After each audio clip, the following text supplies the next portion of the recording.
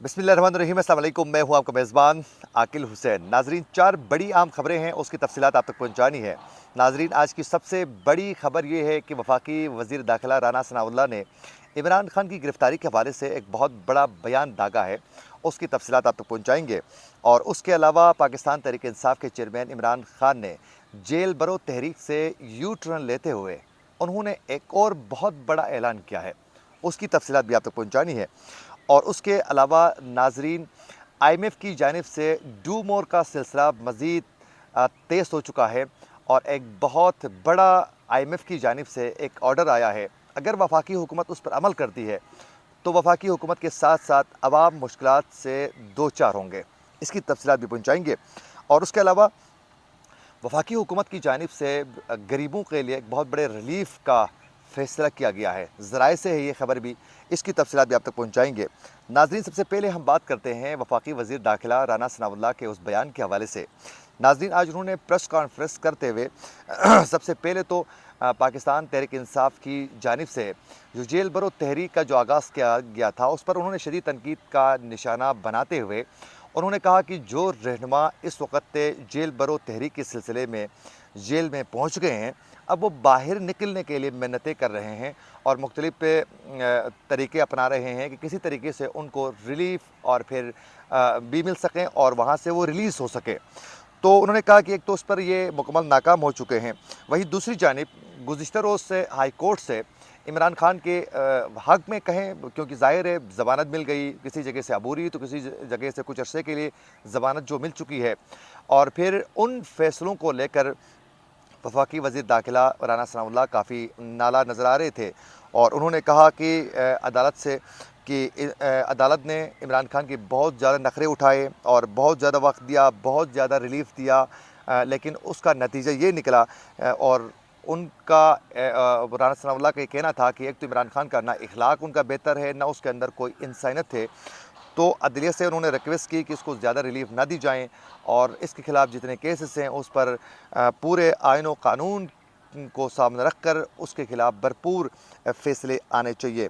और वहीं आगे बढ़ते हुए उन्होंने जो असल बात की है नाज़रीन, उनका ये कहना है कि इमरान खान को अदालतों पर हमले का जो केस है, उसमें इमरान खान को गिरफ़्तार करने की हर मुमकिन कोशिश करेंगे। यानी वफाकी हुकूमत की जानिब से अब ये कहा जा रहा है कि अदालतों पर जो हमला किया गया है, यानी मुख्तलिफ़ जगहों में जो अदालत के अहातों पर जो कारकुन आ चुके हैं या दीगर जो मामलात थे, तो अदालतों पर हमले का जो केस है उसमें इमरान खान को गिरफ़्तार करने की पूरी कोशिश करेंगे।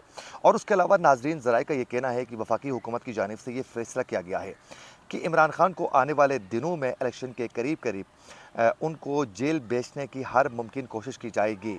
सिर्फ यही नहीं, बल्कि ये भी फ़ैसला किया गया है कि इमरान खान को एक नहीं बल्कि एक से ज़्यादा केसेस में उनको नाअहल करने का फ़ैसला किया गया है और नाअहल के साथ साथ उसको जेल भी भेजने का पूरा तरीका अपनाया जाएगा।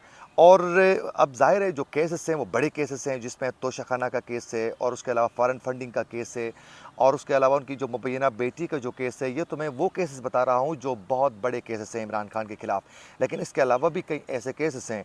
तो यूँ पूरी कोशिश है वफाकी हुकूमत की कि उनके फेवर करने वाले और इमरान खान के लिए सॉफ्ट कार्नर न रखने वाले जजों से बाकायदा वो फ़ैसले सामने आएंगे। उसके बाद इमरान खान को इलेक्शन के करीब करीब एक से ज़्यादा केसेस पर उनको नाअहल किया जाएगा और फिर उन केसेस से उनको निकलने में बहुत ज़्यादा मुश्किलात का सामना करना पड़ेगा इमरान खान को।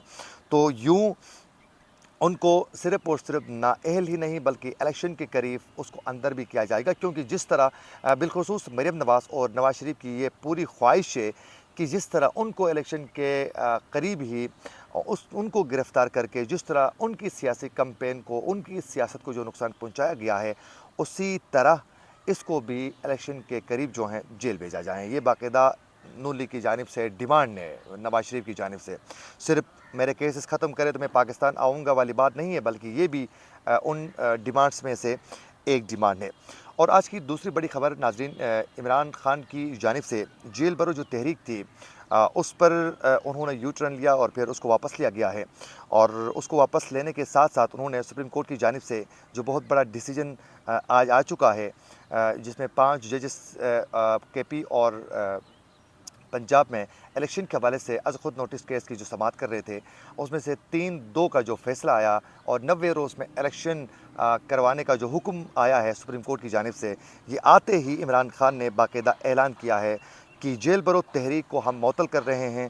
अब जो है इंतखाबी मुहिम का बाकायदा आगाज़ किया जाएगा। तो ये बहुत बड़ा ऐलान है इंतखाबी मुहिम का। इमरान खान अब जो है बाकायदा आगाज़ कर रहे हैं। यानी जो जेल बरो तहरीक थी वो यकीनन एक प्रेशर के लिए की गई थी कि हाई कोर्ट में पेशियाँ थी, उससे रिलीफ मिल सकें। सुप्रीम कोर्ट में ये बहुत बड़ा केस था, यहाँ से किसी तरीके से प्रेशर हम बिल्ड करेंगे तो कोई अच्छा डिसीजन आ सकेगा।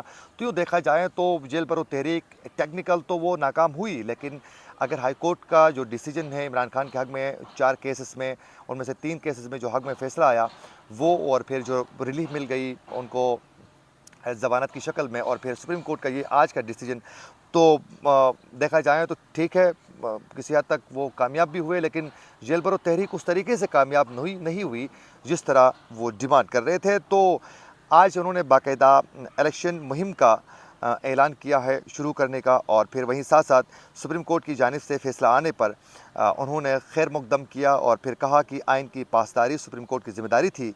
सुप्रीम कोर्ट ने बहादुरी से अपना किरदार निभाया है। यानी बहुत खुश हैं इमरान खान आज के डिसीजन पर। और नाज़रीन, आज की तीसरी बड़ी ख़बर यह है कि IMF की जानिब से वफाकी हुकूमत को डू मोर का सिलसिला अब थमने वाला नहीं है, मज़ीद डू मोर वाला सिलसिला जारी है। और IMF की जानिब से आज ज़राए से ख़बर मौसूल हो चुकी है कि पेट्रोलियम मसनूआत पर लेवी में इजाफ़ा करने का बाकायदा कहा गया है IMF की जानिब से। और ज़राए का ये कहना है कि हाई स्पीड डीज़ल पर पेट्रोलियम लेवी 45 रुपये कर दी गई है। हाई स्पीड डीज़ल पर पेट्रोलियम लेवी में 5 रुपये फ़ी लीटर का इजाफ़ा किया गया है। मिट्टी के तेल में पेट्रोलियम लेवी जो है वो 7 रुपये 70 पैसे इजाफ़ा किया गया है। और ज़राए का ये भी कहना है कि मिट्टी के तेल पर पेट्रोलियम लेवी जो है 8 रुपये 2 पैसे जो हैं वो कर दी गई है। इसके अलावा लाइट डीज़ल पर पेट्रोलियम लेवी जो है वो 50 पैसे का इजाफ़ा किया गया है। लाइट डीज़ल पर पेट्रोलियम लेवी 27 रुपये 87 पैसे का इजाफ़ा किया गया है। तो यूँ आने वाले दिनों में पेट्रोलियम मसनूआत पर 50 रुपये जो हैं फ़ी लीटर लेवी इसमें इजाफ़ा किया जाएगा। तो यकीनन उससे आम लोगों को बहुत से मुश्किलात का सामना करना पड़ सकता है। रमज़ान करीब है तो फिर इस तरह की मुश्किलात में इजाफ़ा होगा, और वफाकी हुकूमत के लिए फिर इलेक्शन में ये तमाम मामलात अगर वो कर लेते हैं तो फिर मुश्किलात मज़ीद उनको सामना करना पड़ेगा। कैंपेन के मामले पर भी फिर ज़ाहिर है, क्योंकि ऑलरेडी महंगाई में इजाफ़ा हो चुका है। और दूसरी जानिब पे वफाकी हुकूमत की जानिब से आवाम को रिलीफ़ देने के मामले पर रमज़ान में एक बहुत बड़ा डिसीजन लिया गया है, और उसमें रमज़ान के दिनों में 5 अरब की सब्सिडी जो है वो बाकायदा तैयार की गई है। उसमें मुख्तलिफ़ एशिया खुर्दनोश की कीमतों में रिलैक्सेशन के साथ साथ रिलीफ़ फ़राहम की जाएगी, जिसमें 19 एशिया खुर्दनोश हैं जिनमें रिलीफ़ फ़राहम की जाएगी। और उसमें नाज़रीन, जितने भी लोग के बेनज़ीर इनकम सपोर्ट प्रोग्राम के तहत उनके नाम जो हैं वो रजिस्टर्ड हैं, उनको रिलीफ़ मिलेगी। और ये भी कहा जा रहा है कि उस रिलीफ़ में आटा, फिर घी, दालों के अलावा चीनी और दीगर एशिया खुर्दनोश में रिलीफ़ देने का ये फ़ैसला किया गया है। तो यकीनन इससे जो निचले तबके के जो लोग हैं उनके लिए तो बहुत ज़्यादा फ़ायदा होगा। और उसके अलावा अगर बेनज़ीर इनकम सपोर्ट प्रोग्राम के तहत जो रजिस्टर्ड लोगों को ही रिलीफ़ अगर मिल जाता है तो उससे कहीं और जो मिडिल क्लास के जो लोग हैं उनके मुश्किलात में ज़्यादा इजाफ़ा हो सकता है। तो ये रिलीफ़ उनको भी मिलना चाहिए। ये थी वो आज की अपडेट्स जो हम आप तक पहुँचाना चाहते थे। इसी के साथ अपने मेज़बान आकिल हुसैन को दीजिए इजाज़त।